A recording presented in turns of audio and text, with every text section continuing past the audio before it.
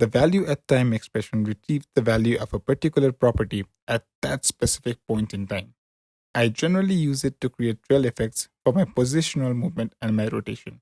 Let's see how we can use it to create this trail effect. The first thing you want to do is find an object that you want to add the trail to.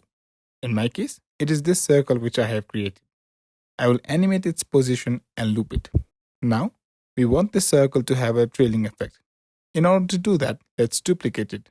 I will name this trail 1. You can delete any existing expressions if there are any.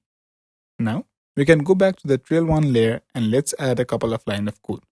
First, we want to show which layer to trail. So, let's write this comp.layer, and in my case, as I have my main layer named circle precomp, I will write it as such. So, this comp.layer, open parenthesis, quotation mark, circle precomp, and close both of them. Now, we want to get its position. So, I will add dot transform dot position towards the end. Finally, it is time for the value at time expression. So, we will write it as such. Open parenthesis, and now we can get our time value. And to trail it, we will give it a short delay. So, let's add minus 0.1 to it. Close parenthesis, and we are done.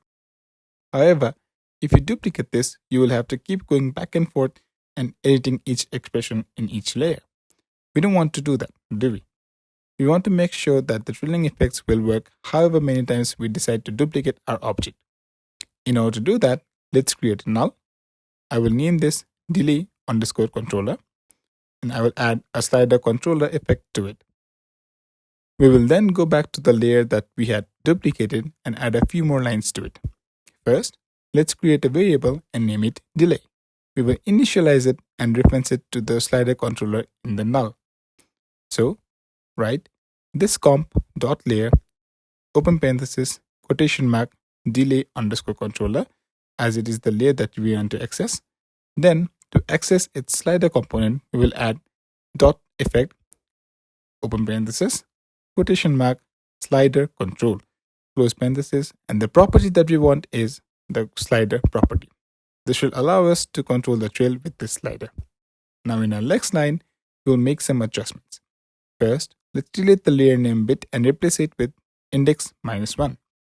So what it basically does is, as index, it will count the layer number. If the original layer is on layer 5, it will access layer number 4. Please note, the original layer must always be at the top and the trail layer should be at the bottom, serially. Then, at the end, instead of reducing the time with a static value, we can add the delay variable and control it on the fly. Press enter and duplicate your layers as much as you want. Your effect is complete. If you are liking this content, you can help me out by simply liking and subscribing. If not, leave a comment on how I can improve. That's about it. Which expressions do you want to see next? Leave a comment below and I will work on it for the next video. Bye bye.